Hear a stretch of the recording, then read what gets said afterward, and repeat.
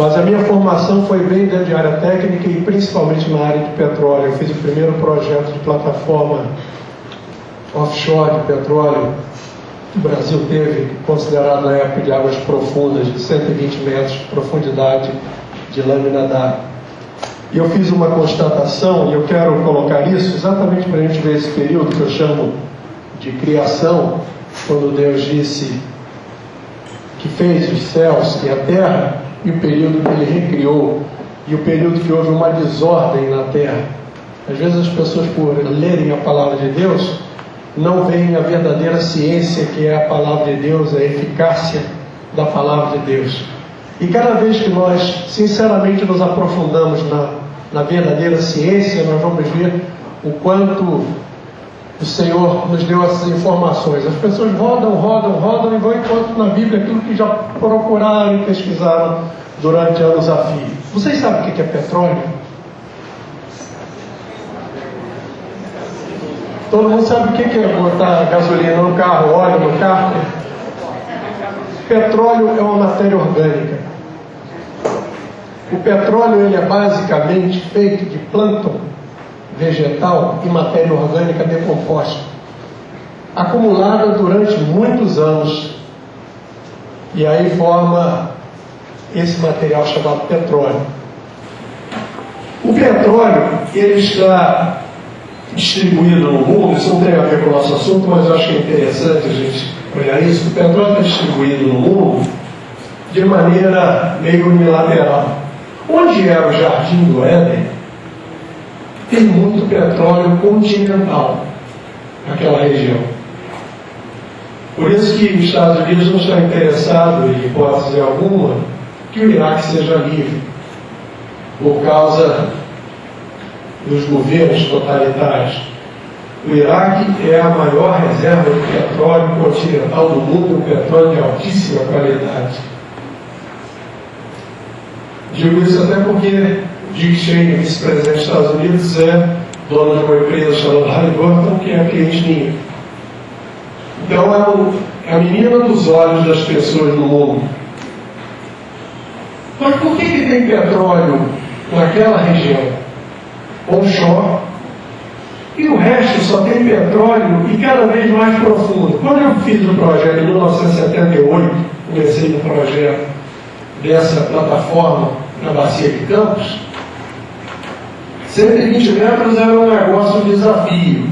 E nesses anos que passaram, hoje se procura petróleo a 1.000 metros, 1.200 metros de profundidade de lâmina d'água, para ir andar mais 1.000 e tantos para achar a jazida do petróleo. O petróleo é abissal e ele fica dentro de uma pedra. Você fura uma pedra e se encontra dentro. Eu, quando olho a palavra de Deus, diz assim que lá no juízo final fala assim: o mar dará os seus mortos. E as pessoas sempre estão pensando que é aqueles que morreram afogados. E às vezes as pessoas olham os fósseis e começam a não entender como é que isso tem. Aí fala assim: isso tem milhões de anos. E a pessoa fala: isso é coisa do maligno, para desfazer a palavra de Deus. A palavra de Deus está clara sobre isso daí, que Deus criou, houve um caos sobre a terra, e exatamente onde era essa região que pode ter havido, estou colocando isso para os irmãos depois olhem, não coloquem isso como uma postulação minha, é uma visão minha como homem de ciência e filho de Deus. Onde houve uma civilização primeira, naquela região que foi destruída ali, que foi suplantada, que o Senhor, quando pegou a terra em causa, ele fez separação entre água e água, não havia diferença entre a água do solo e a água do firmamento, aquilo tudo era uma água só, até o apóstolo Pedro diz que o mundo surgiu do meio das águas. Você encontra petróleo abundante nessa região. E depois você vai encontrar só nas regiões mais profundas do mar. E cada vez está procurando em regiões muito mais profundas. E quando eu comecei a trabalhar nessa área e pesquisar nessa área, eu comecei a ter uma curiosidade de estudar isso na Palavra de Deus. E fui verificando tudo isso que ocorreu aqui, principalmente lá em Ezequiel 28, para entender bem o que ocorreu ali. E nós glorificamos a Deus, que aquilo que o homem anda, por não crer na Palavra de Deus, ele chega ao mesmo lugar que já estava, até está escrito. Ele roda, como até a ideia do Jerônimo, ele vê que vem tudo de um código só. Vem tudo de uma coisa só, mas estava escrito. E a Palavra de Deus é a verdadeira ciência de Deus, porque Ele é o cientista maior, Ele que fez o mundo inteiro, Ele é o Criador, Ele é o que sabe. O resto é ideia. A ciência em geral do homem é uma observação dos fenômenos. O Deus Todo-Poderoso, Ele é o Criador dos fenômenos. Ele não precisou observar que uma maçã caía de uma árvore e começou a conjecturar que aquilo ali cai a uma velocidade igual. E que aquilo, por mais que seja a peça maior, ela desce a uma velocidade igual. Fala, são 9,8 metros por segundo ao quadrado. Aceleração da gravidade. O Senhor que fez todas as coisas. Eu quando vejo lá Jó 38, o Senhor discutindo com Jó, fala, quantos anos você tinha quando eu fiz a terra? Eu vejo uma certa ironia. E os 7 estrelas? O que você participou? O que você fez lá nos signos ou nas constelações do zodíaco ou na Ursa? Aquilo não era um conhecimento científico de ninguém na época. Na época do livro de Jó, a ideia do mundo era uma plataforma segurada por 4 elefantes. A ciência era assim. Isaías vem dizendo a redondeza da terra, quer dizer, tudo que o Senhor falou, Ele colocou na Palavra de Deus, e a Palavra de Deus quis colocar-se nisso, é a ciência perfeita, porque é a ciência de quem fez. É o manual do fabricante, daquele que fez todas as coisas. Eu queria caminhar nessa fala disso aqui, no conceito do que nós estamos estudando como igreja.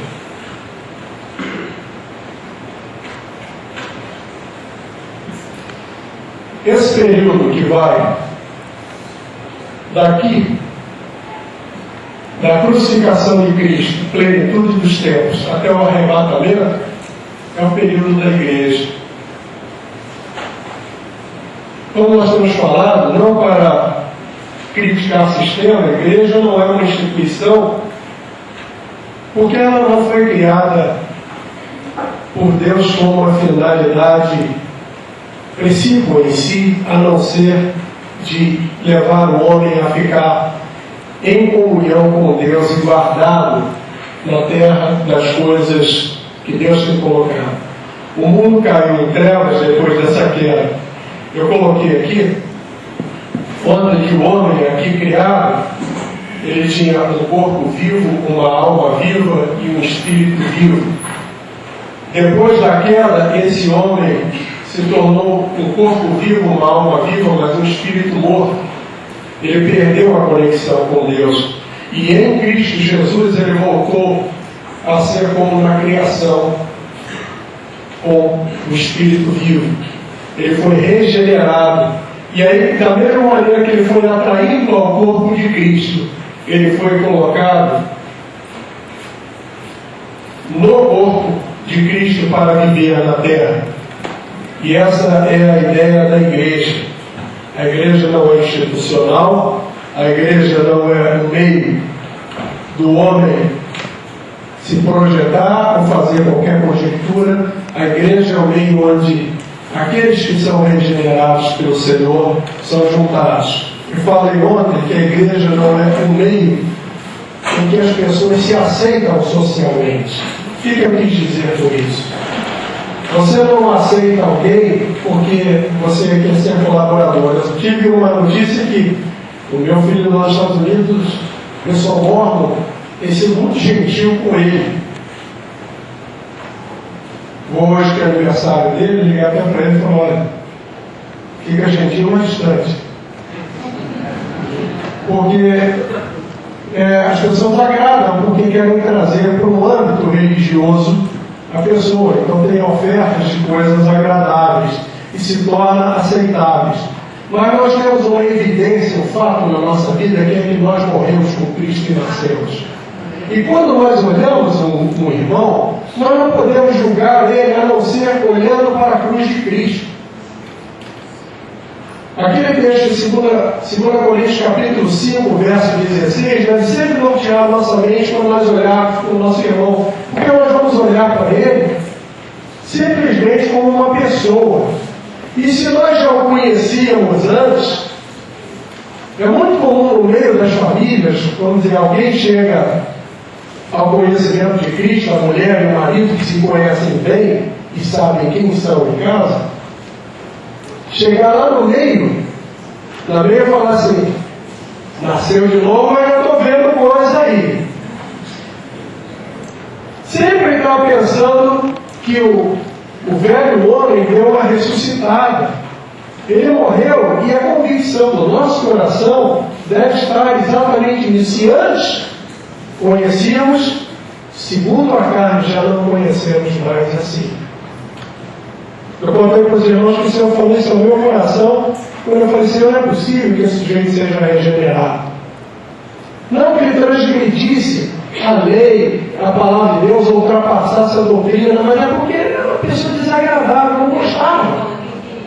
E nós começamos a colocar a nossa alma como julgador. E o nosso espírito deve ser esse que observa, não a nossa alma, não pelos nossos sentimentos. Por isso que a palavra de Deus deve habitar ricamente em nós para fazer essa divisão entre alma e espírito. Para nós não trabalharmos segundo a alma, mas trabalharmos segundo o espírito. O espírito trabalha na convicção da palavra de Deus. A alma trabalha segundo os nossos pensamentos, segundo a nossa formação. Eu gosto de pessoas assim, outros gostam de pessoas de outra maneira. Mas gostando ou não, ele é do Senhor. Porque não é questão da minha alma. Então a palavra de Deus fala que essa aceitação não é uma aceitação social. Não é porque ele é um pobre, miserável, é porque ele chegou a Cristo. E a palavra de Deus diz que na congregação dos santos, quando os santos são reunidos em nome do Senhor, em 1 Coríntios capítulo 14, diz que quando entra alguém, o ímpio entra ali, os segredos do seu coração tornam-se revelados.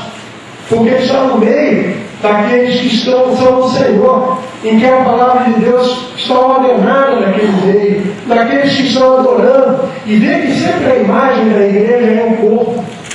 E o corpo tem uma cabeça, e se a cabeça não comanda o corpo não tem funcionalidade. E a cabeça é Cristo. E nós estamos firmados em Cristo e por Ele, somente Ele. Por isso não deve haver nunca no nosso coração o desejo de ser alguma coisa, mas o desejo de que Ele seja a totalidade de tudo, porque Ele é o total. Nós estamos em parte. Nós temos o conhecimento em parte, nós temos a imagem nossa e temos um pensamento a nosso respeito. Nós pensamos que sabemos todas as coisas. Quando um casal briga, o culpado quem é? Naturalmente é o outro. Por quê? Porque nós estamos certos. E se nós chegamos à conclusão que nós erramos, mas houve uma indução da outra parte. E essa é a visão que as pessoas têm. Nós sempre estamos pensando que está certo, que a nossa alma trabalha nessa esfera e o Espírito trabalha com a palavra de Deus. A verdade nossa não é a verdade da nossa alma, a verdade é a palavra de Deus. Eu tenho falado para os meus irmãos lá no Rio de Janeiro que enquanto você está andando, segurando no corrimão, você vai andando pelo caminho certo. Mas quando você larga o corrimão, você começa a dar um problema, igual o carro cambagem. Problema de cambagem. Tende para um lado, tende para a religião. E tem que voltar à palavra para ficar firmado somente naquilo que o Senhor falou que é. A verdade não está em nós, a verdade está na palavra de Deus. Nós não somos os donos da verdade, nós somos aqueles que recebem a verdade, o Cristo que é a verdade. Ele é a verdade, Ele que opera em nós e Ele que faz em nós. Por isso eu tenho falado isso, não faça uma aceitação social, olha e fala, houve um fato nessa vida. Qual é o fato? Ele morreu e ressuscitou com Cristo. Ele pode pensar até diferente de mim, ele pode agir diferente de mim, ele pode não ser tão simpático para mim, mas o Senhor não salva para ser agradável para mim, salva para Ele. E eu estou nesse meio, nós estamos nesse meio, por isso que o corpo de Cristo é formado por coisas diferentes. Às vezes você olha no seu corpo e tem coisas que não te agradam no seu corpo, mas você não tira de fora. Eu gosto do dedão do meu pé, vou tirar. Por que você acha que aquilo não é feio? Às vezes as pessoas dizem, não suporto o meu cabelo, mas não raspa. Eu queria ter os olhos dessa cor. Você queria, de alguma maneira, não suporta as minhas mãos, eu queria um dedão. Mas esse é o corpo. O corpo de Cristo é formado por pessoas diferentes, com características diferentes, com jeito diferente. Por isso que um é mão, outro é pé, outro é perna. E perna não é igual braço. E a palavra de Deus diz que aquilo que nós julgamos mais indecoroso é que o Senhor deu valor. Aquilo que nós julgamos com menos valor é que o Senhor deu valor. A lógica de Deus não é a lógica do homem. Por isso que nós que somos criados com lógica e temos formação e ouvimos, não é só o presidente Lula que ouviu sua mãe falando as coisas, todos nós crescemos com conceitos familiares, e esses conceitos familiares às vezes norteiam a pessoa que aquilo é a verdade. É assim. Não é assim, é do jeito da palavra de Deus. Por isso que é um alerta: habite ricamente em vós a palavra de Deus. E fala que nessa união dos santos, diferentes, com características diferentes, com formação diferente, mas com uma coisa em comum: Cristo. Eles podem ter a manifestação da igreja poderosa do Senhor. É na Assembleia dos Santos. Não é uma questão simplesmente sensorial minha. Eu vou aceitar para que as pessoas venham para cá. Apareceu um almirante lá na igreja, tem pouco tempo de ministério, fico citando para quem tem muita experiência, desculpe isso, mas é o que eu tenho.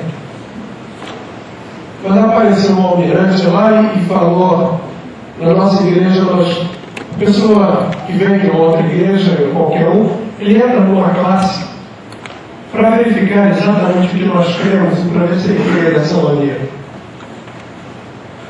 E esse chegou lá e veio ter uma conversa comigo, depois de ter frequentado essa classe. Eu perguntei: você crê na sua morte por Cristo, na ressurreição? Creio.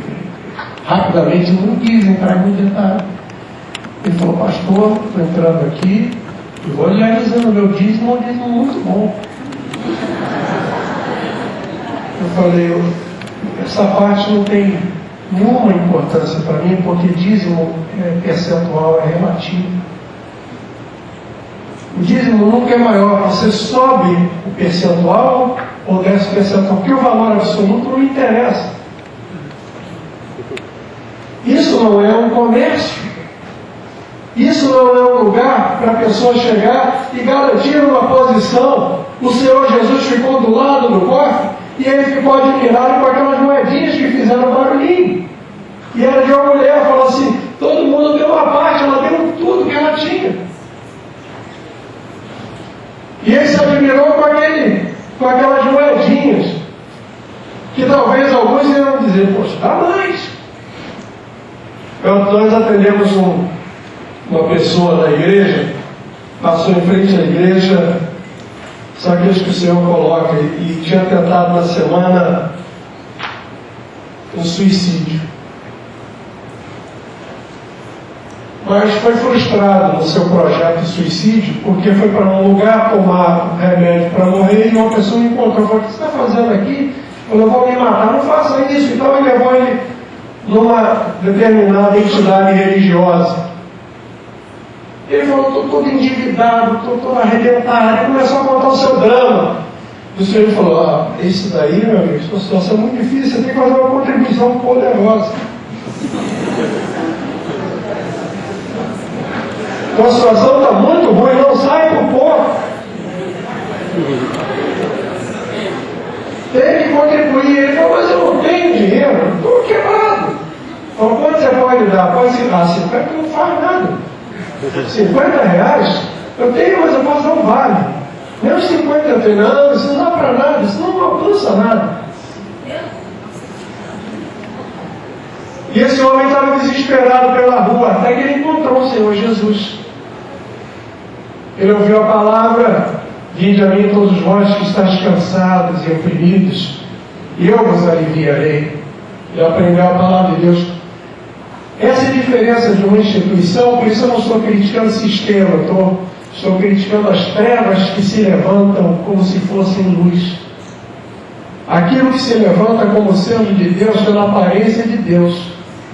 Eu estou colocando isso no extremo, como um rapaz que eu encontrei um dia na rua e falei de Cristo para ele. Eu tinha pego meu carro numa concessionária e tinha saído da revisão e estou caminhando para casa e eu avisei para minha esposa, hoje eu vou chegar cedo. E meu carro começou a esquentar, eu falei, não é possível. E chuva, eu parei num lugar muito estranho do Rio de Janeiro e fiquei num posto de gasolina, me protegi, mas o posto muito velho, vazava água por tudo que é lado. Eu falei, será possível que eu peguei esse carro me dá um defeito aqui. De repente parou um carro com pneu furado do meu lado. E eu olhando lá, abri o capô, fui olhar o que podia ser que aquele carro estava dando problema. E a pessoa passou do meu lado do carro, falou, o que houve aí? Eu falei, não, esse carro não sei por que, peguei agora, ele está dando esse problema. Ele bateu no capô e falou, está amarrado esse escapamento desse carro. Aí bateu no carro. Aí eu falei para ele, por que você está dizendo que está amarrado? Não, está amarrado esse negócio aí que está dando teu carro. Eu falei, tá, liberta você, pode ir embora. Eu falei, vem cá, onde você aprendeu assim? Aí nós começamos a conversar. E ele começou a me dizer quem ele era. E essa pessoa que encontrou comigo foi um dos idealizadores do Comando Vermelho. Era de uma família nobre, em que o irmão dele é um desembargador. E ele falou, encontrei Jesus. Está aqui essa mulher, e fui lá na terapia, peguei ela por 50 reais. Fiz uma oferta de 50 reais, falei, para. Você não comprou mulher. Vamos conversar sobre o reino de Deus. Ele estava tão desesperado quando ele falou que encontrou Jesus, que ele encontrou um meio de saciar a ansiedade da sua alma. Mas ele estava preocupado porque Jesus estava ficando muito caro para ele não tinha muita coisa. E ele já estava pensando em burlar alguns cartões de crédito para poder melhorar a oferta dele. E eu comecei a conversar com ele, naquele momento, sobre quem é Cristo. E que Cristo não tem preço. Que o preço foi o que ele pagou. E ele ouviu aquilo ali e falou, mas é assim, é simples desse jeito. Eu falei, é simples desse jeito.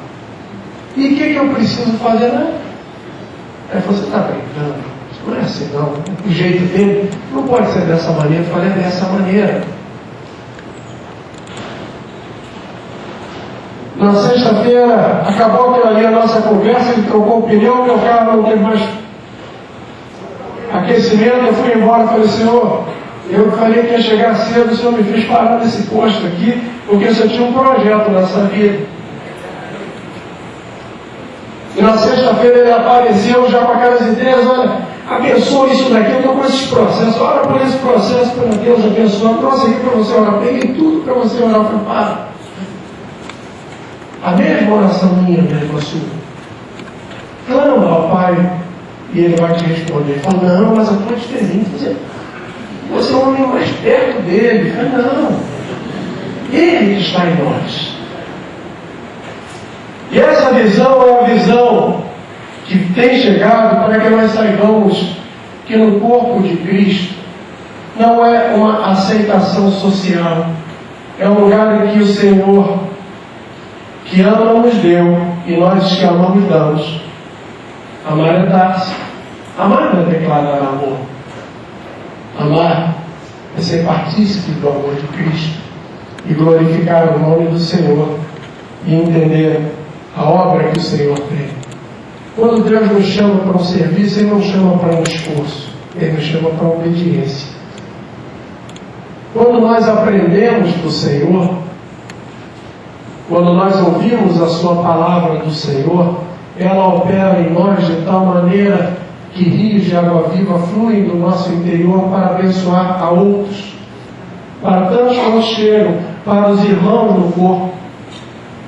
E essa visão do corpo é que nós temos que entender que as pessoas estão no corpo de Cristo porque o Senhor os colocou e não porque elas se posicionaram.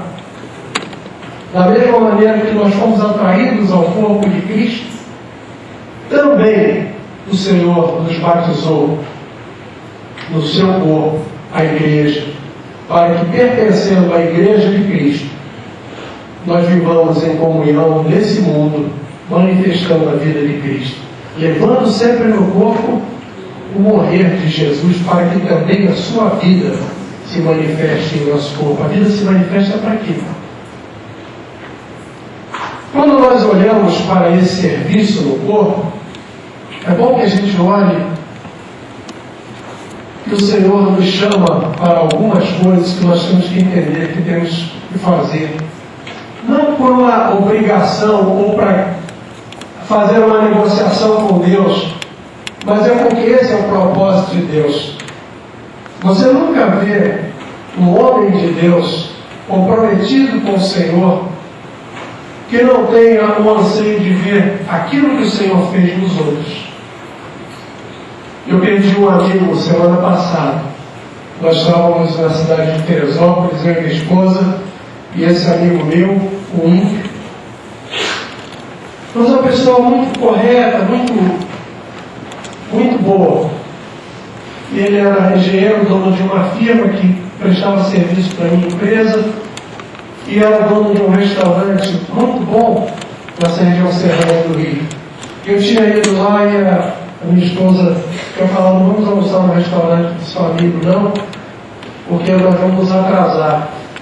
E eu desci a serra para o Rio de Janeiro, e quando cheguei no Rio de Janeiro, eu recebi um telefonema que ele tinha morrido no restaurante. Ele tinha tido um infarto fulminante. E eu fiquei com aquela dor no meu coração. Falei: Senhor, eu falei de Cristo para ele, mas ele morreu sem Cristo.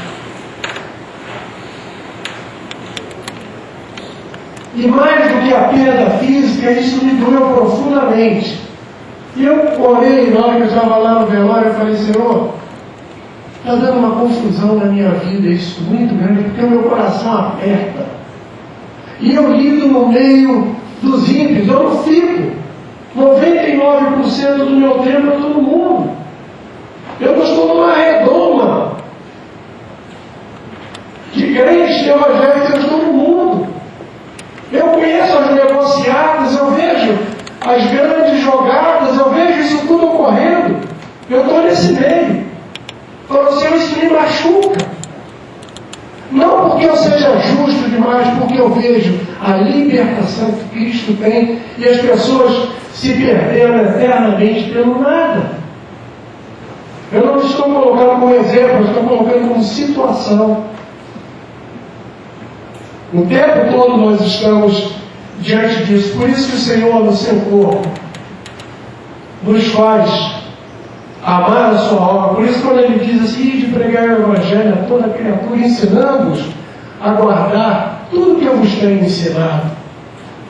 Ensina a guardar, ensina a vivenciar a palavra, a operar a palavra de Deus.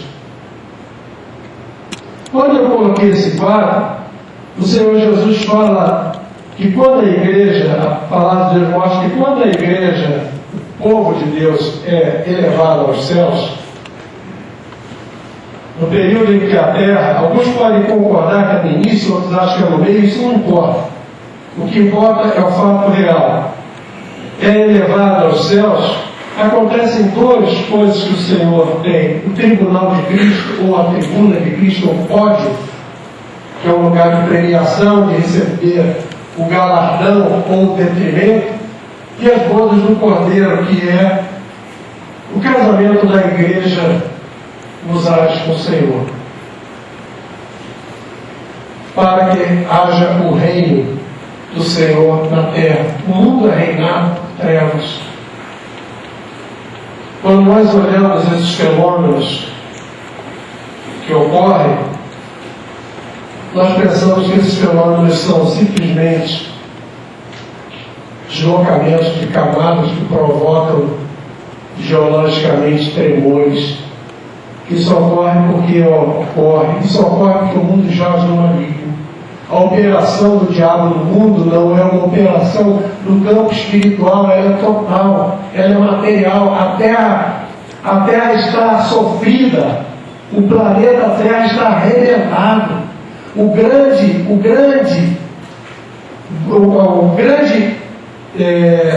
que eu vou usar a palavra? A grande riqueza desse século que nós estamos vivendo não é petróleo. A grande riqueza desse século é água. O que falta no mundo não é petróleo. O petróleo tem abundância. O que falta no mundo é água potável. Nós vivemos no Brasil que nós lavamos calçada. Mas a água é o mercado de escassez. Por quê? Porque o mundo jaz no maligno. Esses fenômenos que acontecem no mundo não são fenômenos naturais, eles são fenômenos das trevas do mundo. São fenômenos materiais, materializando a obra de Satanás, que é destruidora. Lembra-se que quando o Espírito de Deus pairava sobre as águas, ele via uma destruição, porque o Satanás só sabe roubar, matar e destruir. Ele não tem conversa. Ele não tem outro tipo de conversa. E as pessoas são engordadas pelo mundo nessa ideia de que alguma coisa desse mundo pode ser boa, agora vai melhorar, se entrar o partido tal vai ficar uma beleza. Agora temos uma mentalidade ecológica. Nós temos uma mentalidade ecológica, mas não vamos corrigir. Por isso que quando o Senhor voltar e colocar o seu reino, ele faz uma mudança, inclusive topográfica. Ele faz uma mudança geral no mundo, porque o mundo vai mal. O planeta está mal. Isso é real. Pode o Greenpeace e todos esses outros gritarem à vontade, ele vai mal. E ele não tem outra coisa. Por quê? Porque o mundo jaz no maligno. E daqui por diante vai ficar pior. Até que o Senhor venha restaurar todas as coisas. E aí nós não temos que ter a visão apenas como nós olhamos. Às vezes a religião coloca Jesus no nosso coração como uma coisa sentimental. Ele é real, ele é poderoso, ele é o Criador. Ele é o operador, ele é amor, ele nos buscou, ele nos trouxe. E o interesse dele é regenerar o homem e depois restaurar todas as coisas. É restabelecer o que ele criou. É voltar ao início. E essa é a obra de Deus.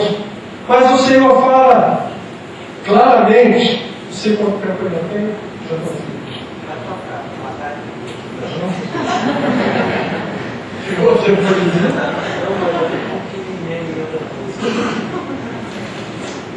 O Senhor colocou para que nós operássemos através dele e por ele, e ele fazendo através de nós a sua obra. Essa obra que ele de antemão criou para que nós andássemos nela, não é uma obra do esforço pessoal, é uma obra da obediência. E ele opera, ele dá talento, tanto é que o Senhor fala assim, não precisa se preocupar com o que você vai falar. Na hora o Espírito Santo vai te dar esse talento. Vai falar, vai operar, mas vai fazer a obra de Deus. E o Senhor, na sua grande misericórdia, ele ainda premia. Eu gosto muito de Isaías 64, verso 4, que diz: porque desde a antiguidade não se ouviu, nem os olhos se viu, nem o ouvido se percebeu um Deus além de ti, que trabalhe para aquele ou por aquele que nele espera. Ou seja, o trabalho, o serviço da nova criatura no corpo é esperar o Senhor. E é fazer aquilo que o Senhor quer e não aquilo que nós queremos do Senhor. É fazer exatamente o que Deus quer e não aquilo que nós projetamos que Deus deveria estar querendo. As pessoas têm essa intenção e pensam que suas intenções são boas. Tinha um funcionário na minha firma que ele tinha um problema de personalidade e ele era extremamente bajulador.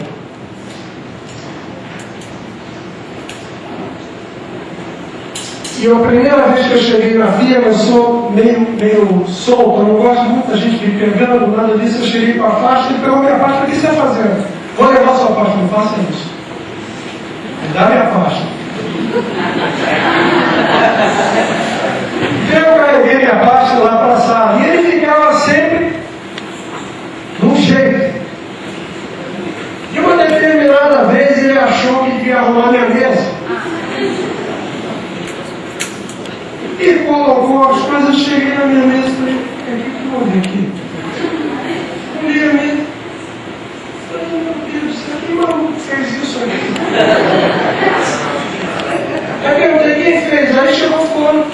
Falei, fui eu, seu pastor? Não!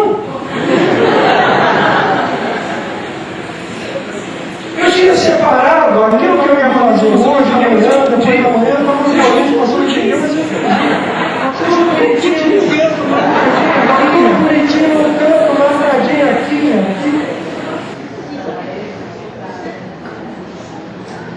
Aí falou, senhor, me desculpe. Eu tinha tão boa intenção em fazer isso. Eu falei, eu acredito. Mas você repara que tua boa intenção atrapalhou o meu serviço. Às vezes nós temos boas intenções com Deus e atrapalhamos o serviço de Deus, porque entramos para as nossas obras.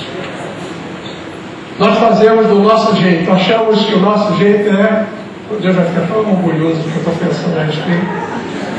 E vai achar a minha ideia genial, porque eu estou pensando agora numa coisa nova que nunca pensou.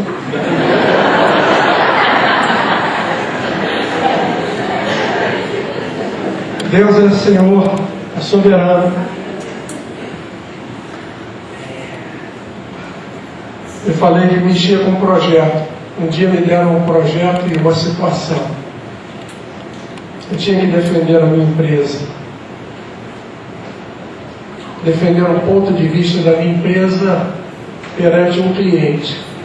Eu coloco isso na prática para a gente ver como Deus é bom. A minha empresa não queria refazer um projeto, a empresa que eu trabalhava. O cliente queria que refizesse o projeto. E eu fui ser o que foi colocado para levar um soco de um lado ou de outro, ou dos dois. Falou, vai lá, Jana, que você tem jeito para resolver essas coisas. Cuidado quando alguém fala que você tem jeito para coisa que é terrível essa posição. É um elogio trágico. E eu cheguei lá, a pessoa falou firmemente, olha, nós queremos que o projeto seja feito. O coordenador do projeto falou, nós não temos dinheiro para fazer o projeto. Olha lá, hein? E quando nós chegamos naquela reunião, eu falei, eu estou no meio de ímpios. Nenhum vai querer cooperar comigo. Nenhum vai chegar a me achar o mais querido, o bonzinho. Eu orei ao Senhor e falei, Senhor, tem misericórdia de mim agora. Me dá o teu talento. Me faz sair. E eu orei dessa maneira, eu tive essa oração nesse sentido, me tira dessa sinuca.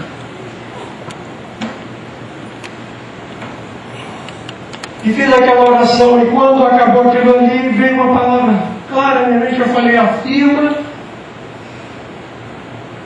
não se nega a fazer o projeto. O coordenador olhou para mim e falou, esse homem me enlouqueceu. Ah, ótimo. Tá, quanto tempo você leva para fazer? 40 dias. 40 dias nós não podemos esperar. Nós fazemos. Nós levamos 40 dias para entregar o projeto. Não, 40 dias é muito. Falei, não nos negamos a fazer, mas eu preciso desse prazo para fazer. E eu estava pensando sinceramente até fazer aquilo sozinho em hora extra, sem cobrar da firma para honrar aquilo. porque era o meu pensamento.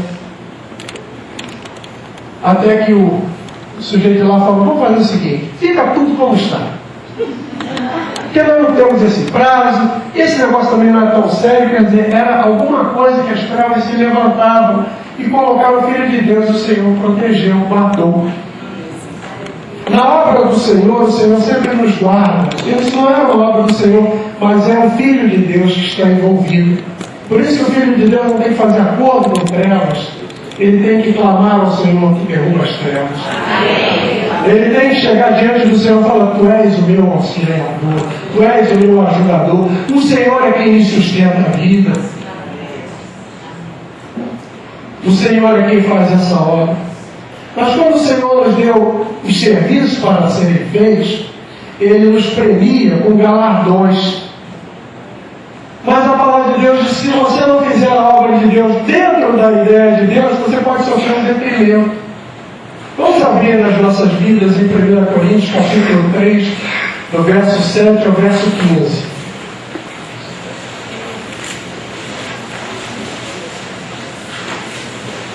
Algum irmão pode ler? 1 Coríntios 3, de 7 a 15.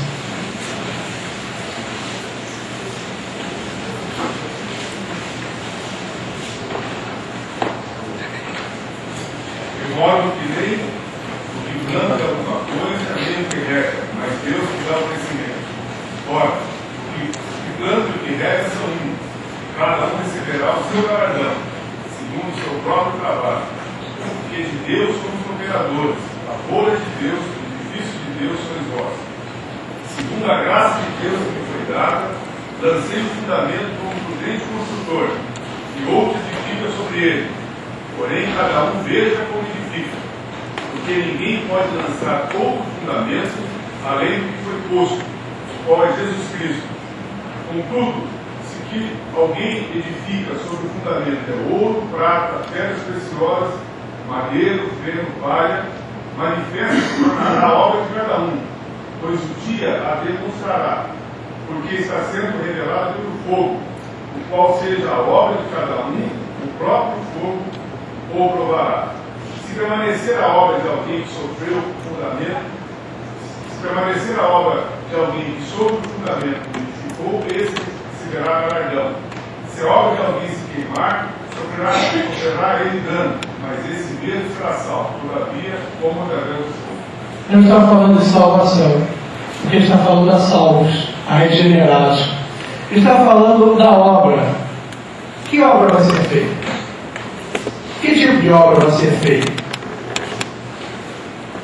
Você já fez uma obra provisória na sua casa?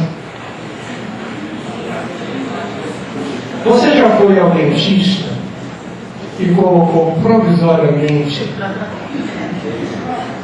alguma coisa? Quanto durou o provisório?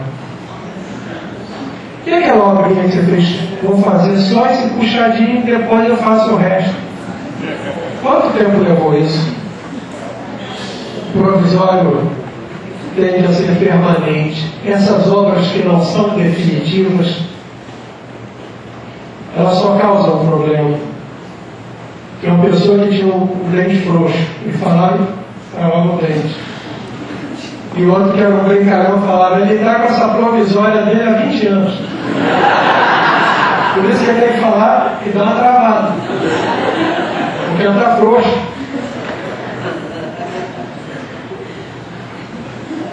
Que obra vai fazer para Deus? As nossas, com os nossos materiais, baseado em nós?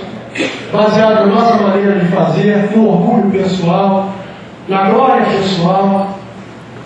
É madeira? É palha? É feno? Coisas que são... É um puxadinho. No Rio de Janeiro tem essa mania de fazer. Favela é assim. Favela ele faz um barraquinho e tem um puxadinho. Aí o outro vem e faz um outro puxadinho. Eu me lembro de uma época que a nossa igreja, a igreja que eu fazia parte, tinha uma senhora muito bondosa, muito pobre, sozinha, e falou, olha, a casa dela está com infiltração, ela pediu uns tijolos, tijolo com infiltração. Aí eu fui ver, a casa dela era um domingo calor louco. Aí foi lá como chefe de uma comissão, só tinha um.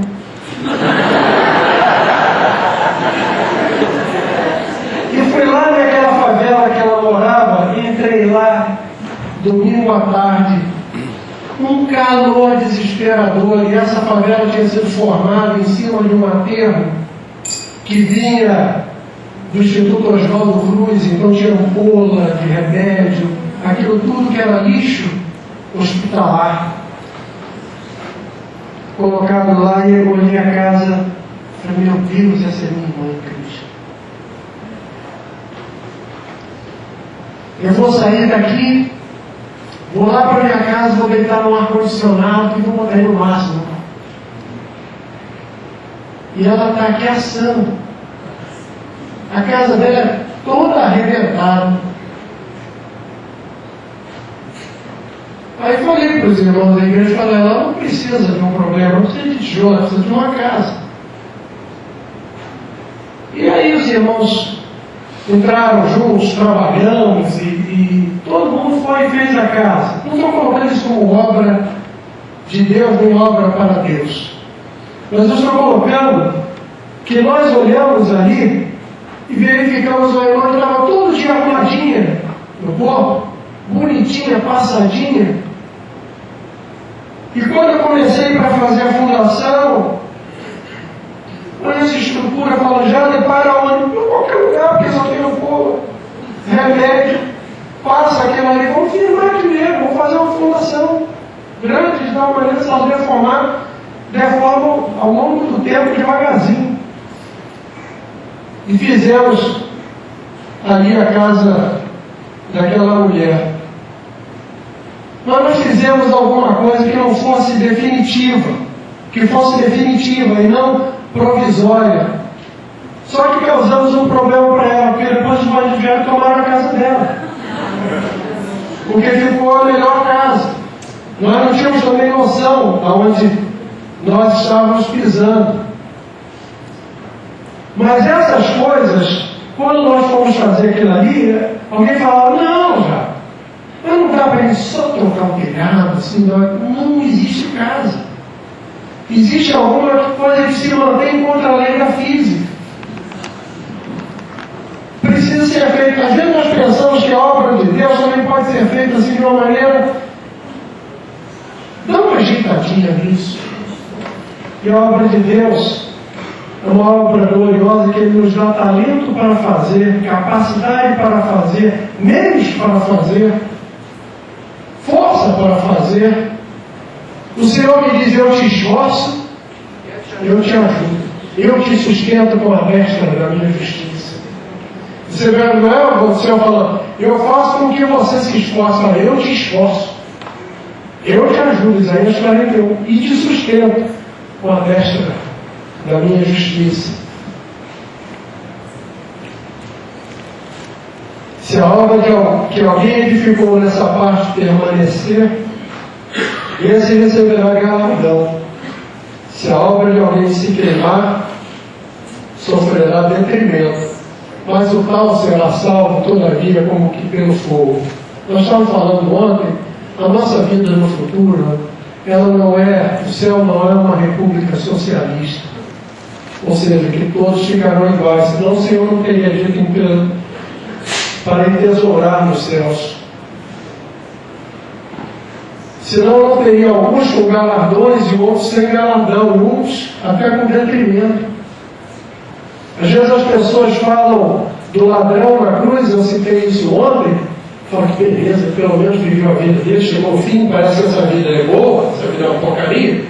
Mas a pessoa, quando está no meio da porcaria, acha que porcaria é coisa boa. Você passa nesses lugares que as pessoas moram perto de mangue, e quem tem aquele mau cheiro já não sente o mau cheiro. As pessoas que estão no mundo acham que essa vida é boa, até conhecerem o Senhor Jesus e verificarem que lama que eles estavam.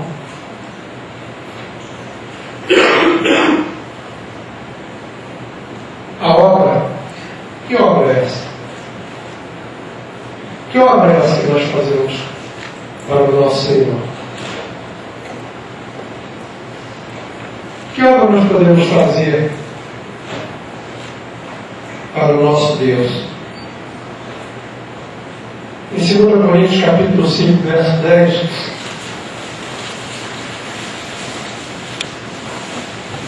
eu quero voltar ao ladrão, mas quero primeiro pegar esse texto, porque 2 Coríntios 5, 10, porque importa que todos nós compareçamos perante o tribunal de Cristo, para que cada um receba segundo o bem ou o mal que tiver feito por meio do corpo. O ladrão na cruz, ele falou para o Senhor Jesus: lembra-te de mim quando entrares no teu reino. Qual foi a resposta de Jesus? Hoje mesmo estarás comigo aonde? No paraíso, não no reino.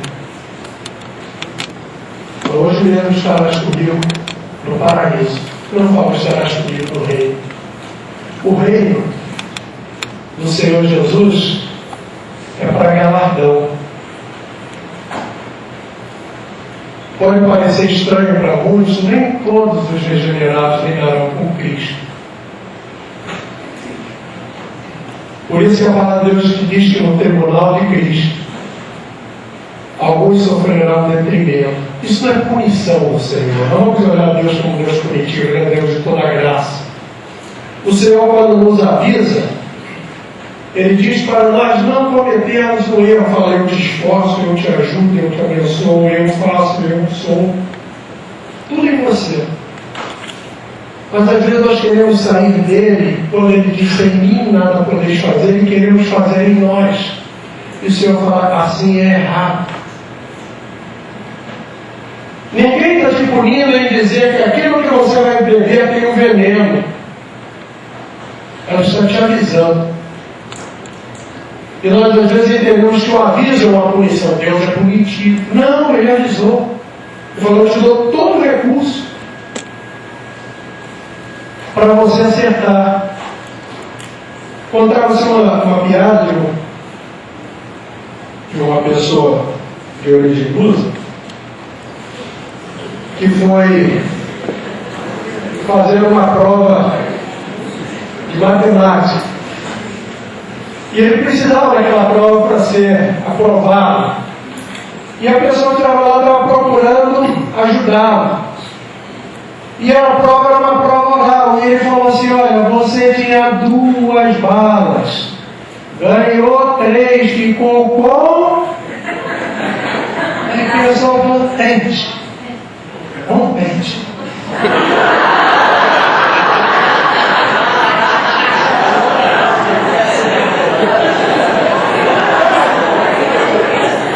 Às vezes a dica é dada inteira.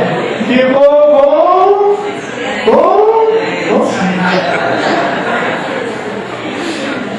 o Senhor não estava nos punindo, dizendo assim: olha o detrimento, meus irmãos, abre o olho, olha o detrimento, ele está falando do detrimento, olha o detrimento, meus irmãos, cuidado, vou pegar. Numa igreja no Rio de Janeiro, uma instituição religiosa, tinha uma mulher ajoelhada. E mulher ajoelhada chorando é filho ou marido.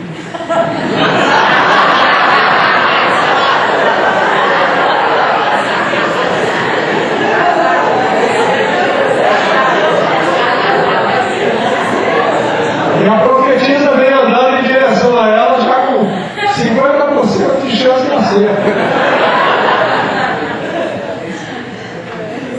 E chegou perto e falou: tu que tens um marido na bebedeira, ela está lá chorando. O filho nas drogas. Eu falo: mas eu não sou casado. Eu não sou casado, não, é português que errei.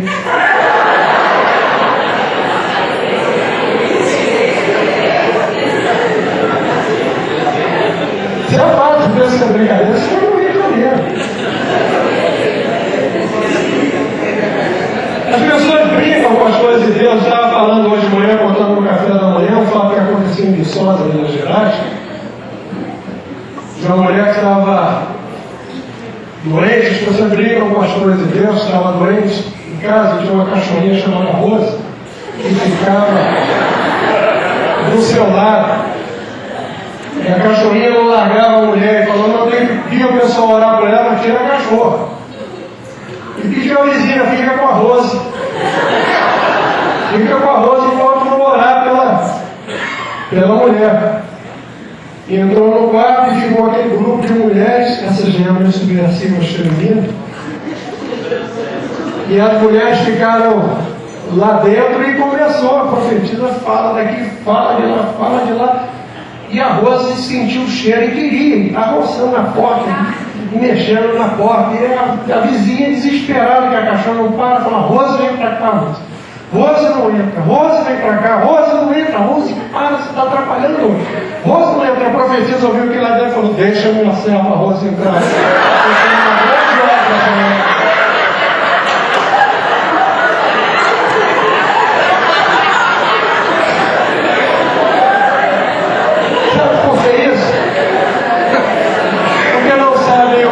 De Deus, quando Deus está falando, olha o detrimento, faça a obra minha, conforme aquilo que eu te coloquei.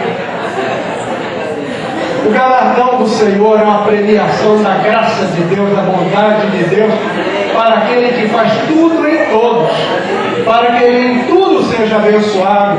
O nosso Deus não nos chamou para ficarmos sentados e aprendemos, mas falarmos e falarmos entre irmãos. Tem alguém entre vós doente? Onde ele está? Está no meio do corpo, é o local.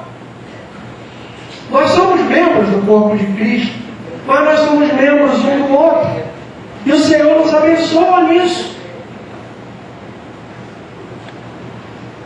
Eu fico pensando que esse Deus de toda a graça falou, olha, se você der um copo d'água a um desses meus, é abençoado, é galardoado. O Senhor que já nos deu tudo, não se contentou com tudo, quer dar mais do que tudo. Por isso, quando eu vejo a palavra de Deus sofrer detrimento, eu não vejo como punitivo, eu vejo como aviso. Tanto é que o Senhor fala assim, quando vier o Filho do Homem, por acaso achará fé sobre a terra?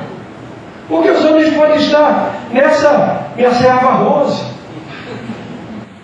ou este é rei, ou brincando com coisas de Deus, não levando a sério as coisas de Deus, ou preocupado com a sua vida, dizendo, eu estou na graça.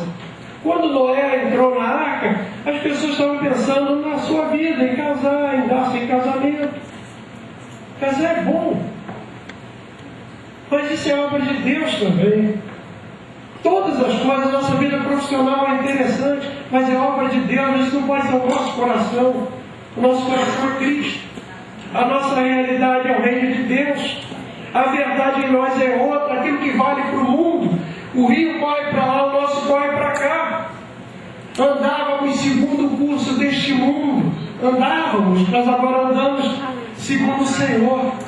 Tem um texto em Lucas capítulo 9, versos 23 a 25.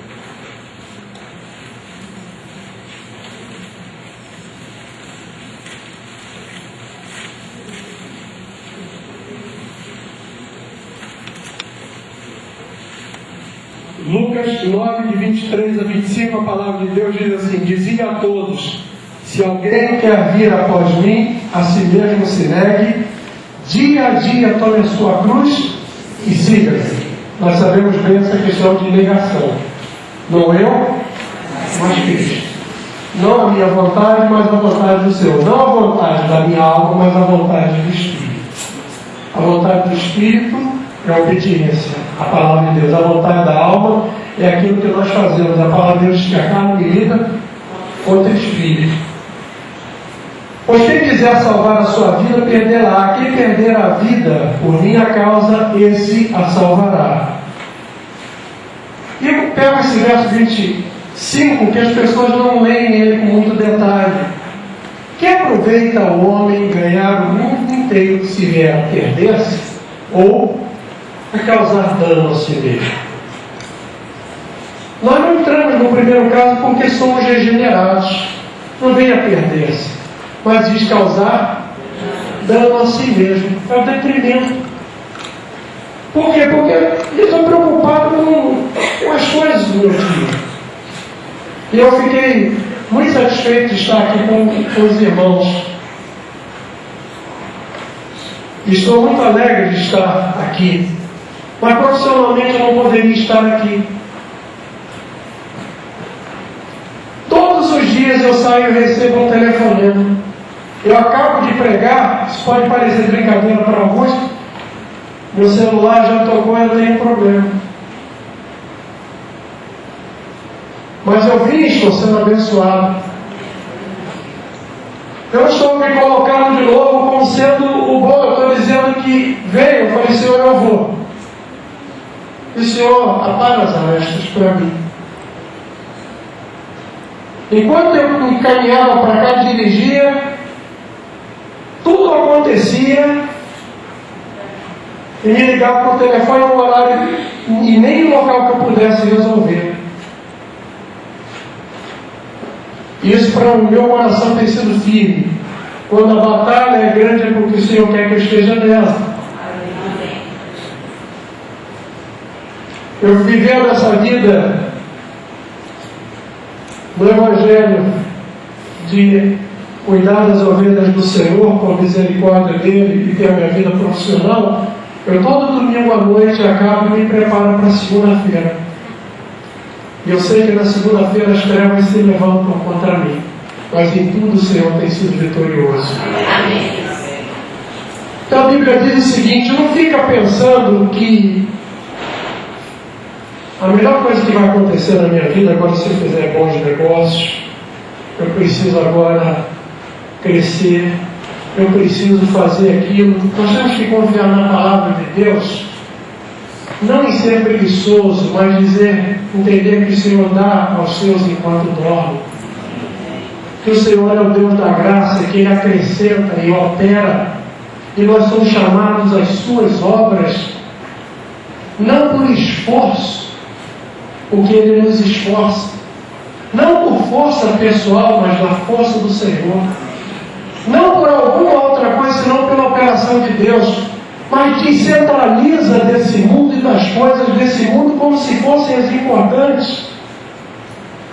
Nós pensamos assim, eu pretendo me casar, no meu plano de vida, aí o sujeito casa, e depois ele quer a casa própria, ele luta pela casa própria, e quando ele entra na casa própria, fala, agora eu preciso de um apartamento maior, porque vieram os filhos.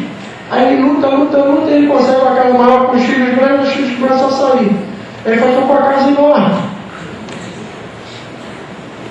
E agora eu preciso diminuir, que essa casa só me dá trabalho.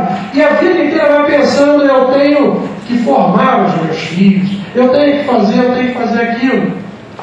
Aos seus o Senhor dá enquanto dorme. Seja a verdade do nosso coração, a prioridade da nossa vida, Cristo, o seu reino, as coisas do Senhor. Todas as demais coisas são acrescentadas porque Ele é o Deus da graça. A única coisa que nós temos que fazer é ficar nele.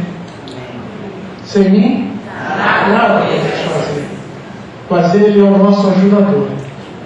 Nós cantamos muito esse salmo, que é o Salmo 54, né? O Senhor é aquele que sustenta a vida. Eis que Deus é o meu ajudador. O Senhor é quem me sustenta a vida. Amém? Deus abençoe a cada um, para que na visão do seu reino vivamos no corpo, como membros do seu corpo, glorificando o nome de Jesus, exaltando o nome de Jesus. E que nós sejamos úteis ao Senhor, possamos chegar ao fim, o Senhor falar, colocar lá o fogo e a nossa obra ser aprovada. O Senhor fala, bem bom servo fiel, toma por gozo a vida eterna. Entra aqui junto comigo. Ouvir, servo mau e fiel. Infiel? Por que você fez isso? Se eu te dei tudo para você acertar. Você repara bem que na nossa vida, até com o filho, você vê quando um filho não quer obedecer, não quer fazer alguma coisa, você deu todos os recursos e ele não faz. O que houve? Não, eu fui ligar, você vai fazer esse pagamento pela internet. Ele vê todas as coisas, e pagamento pela internet, você fez? Caiu. a rede caiu. Tudo estava pronto, não precisava se deslocar, era meter o dedo. Assim é a obra de Deus. Às vezes nós estamos falando, oh, Senhor, a rede caiu. Eu sabia que o Senhor era alguém muito rigoroso, que colhe onde não plantou, acusa Deus. O Senhor é o Deus de toda a graça. E se nós estivermos completamente nele e ele em nós vamos dar muitos frutos para a glória de Deus. Amém? Desculpe ter passado muito do tempo.